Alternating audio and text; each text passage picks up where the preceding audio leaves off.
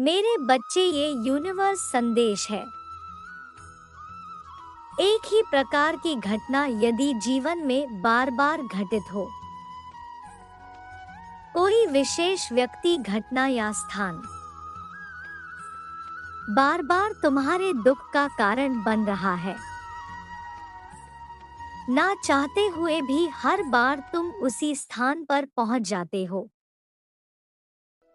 जहां से निकलने के लिए अनेकों प्रयास किए थे,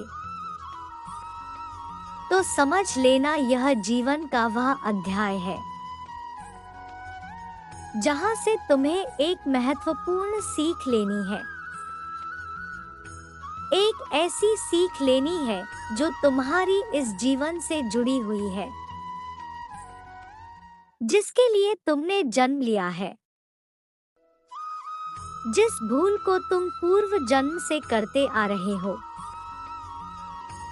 इसमें परिस्थिति, व्यक्ति या स्थान का कोई दोष नहीं है। अभी तो यह जानने की आवश्यकता है कि कौन सी सीख है जिसे मुझे स्वीकार करना है, जो मुझे आगे नहीं बढ़ने दे रही। मेरे बच्चे, प्रत्येक जीव का जन्म कुछ सीख ग्रहण करने और अपनी चेतना का विस्तार करने के लिए होता है। जब जीवन रुका हुआ महसूस हो और एक ही स्थिति बार बार उत्पन्न हो, तो परमात्मा हमें कहना चाहते हैं कि यहाँ कुछ सीख को ग्रहण करो। ऐसा करते ही तो आगे बढ़ जाओगे। मेरे प्रिय, मैं तुम्हें एक अत्यंत रहस्य की बात बताता हूँ, जिसे ध्यानपूर्वक सुनाने से तुम्हें स्वयं पर गर्व होगा। किसी भी देश की सेवा करने वाले सैनिक कैसे बनते हैं? सैनिक को किन परिस्थितियों से गुजारा जाता है? जब कोई व्यक्ति प्रण करता है उसे देश की सेवा करनी है, इस वक्त उसका हृदय पवित्र हो जाता है, किंतु उसकी इस भावना को मूल रूप देने के लिए उसे कठिन परिस्थितियों में डाला जाता है।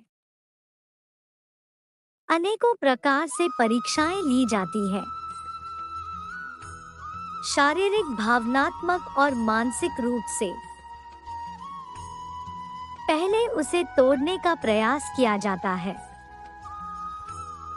तत्पश्चात वह एक मजबूत, स्थिर और परिपक्व सैनिक के रूप में परिवर्तित होता है। यदि ऐसा ना किया जाए तो देश पर जान निछावर करने वाले सैनिक नहीं बनाए जा सकते। इसी प्रकार परमात्मा अपने दिव्य कार्य का संचालन करने के लिए एक दिव्य सेना तैयार करते हैं। उस सेना के सैनिक परमात्मा द्वारा दी गई अनेकों चुनौतियों को पार करके मानसिक, भावनात्मक और आध्यात्मिक रूप से परिपक्व हो जाते हैं, जिन्हें संसार की कोई भी विपत्ति तोड़ ना सके। यदि परमात्मा उनके समक्ष ऐसी चुनौतियां और समस्याएं ना उत्पन्न करे, तब एक साधारण व्यक्ति में और एक परमात्मा के सैनिक में क्या अंतर रह जाएगा? जीवन में परिस्थितियां हमेशा एक जैसी नहीं रहती।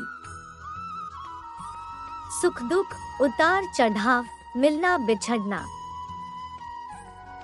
ये तो जीवन का हिस्सा है। प्रत्येक कार्य का एक समय निश्चित होता है। समय से पहले उसके लिए परेशान और चिंतित होने से कोई लाभ नहीं। हाँ, हम उसके लिए योजना बना सकते हैं, समाधान ढूंढ सकते हैं, परंतु उसे अपने ऊपर इतना भी हावी ना होने दें कि अपने आज को ही जी ना सकें। कभी भविष्य की चिंता, कभी अतीत की यादें, कभी वर्तमान का तनाव, इसी में उलझे रहते हैं और जीवन का वास्तविक आनंद नहीं ले पाते। हालांकि ऐसा होना स्वाभाविक है, पर यही जीवन की वास्तविकता है। बिना संघर्ष और चुनौतियों के जीवन में क्या मजा है। जीवन किसी के लिए भी इतना आसान नहीं होता। यह तो गुलाब का बिछौना है जिसमें कांटे तो होंगे ही। उन कांटों के बीच भी गुलाब अपनी खूबसूरती और खुशबू से महकता रहता है। इसी प्रकार हमें भी चुनौतियों, कठिनाइयों का सामना करते हुए जीवन की सुंदरता को महसूस करना होगा, उसका आनंद लेना होगा। मेरे प्रिय, तुम्हें ईश्वर ने चुना है। इस बात पर तुम्हें गर्व होना चाहिए और हर समस्या को मुस्कुरा कर सहना चाहिए। समस्या में ही समाधान छुपा है, इस बात पर विश्वास करते हुए सदैव समाधान के विषय में सोचता चाहिए। जब कोई चुनौती आए तो विश्वास करना चाहिए। यह हमें और अधिक मजबूत बनाने वाली है। स्वयं को बार बार स्मरण करना चाहिए, हम परमात्मा के दिव्य सैनिक हैं। हमारा प्रशिक्षण कराया जा रहा है। मेरी यह बात उन्हीं को समझ आएगी जो सच में परमात्मा के दिव्य सैनिक हैं। क्या तुम परमात्मा के दिव्य सेना में भर्ती होना चाहते हो? क्या तुम परमात्मा के कार्य में सहयोग करना चाहते हो?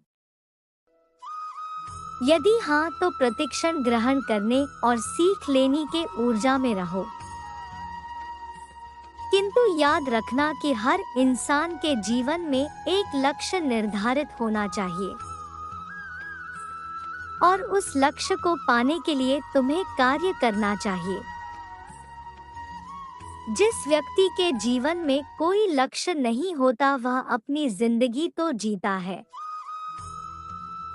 लेकिन वह इसी राहगीर की तरह यहाँ वहाँ भटकता रहता है।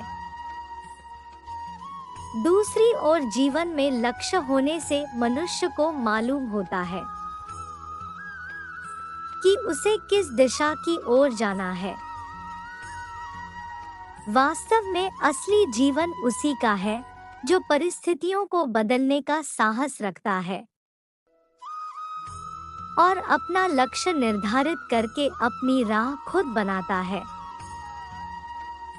कुछ न करने से अच्छा है कुछ करना। जो कुछ करता है वही सफल होता है। हमारा लक्ष्य कुछ भी हो सकता है, क्योंकि हर इंसान अपनी क्षमताओं के अनुसार ही लक्ष्य तय करता है। सदैव स्मरण रखो, मैं तुम्हारे साथ हूँ। तुम्हारे साथ कुछ भी बुरा नहीं होगा। तुम्हारा कल्याण हो, खुश रहो मेरे बच्चे।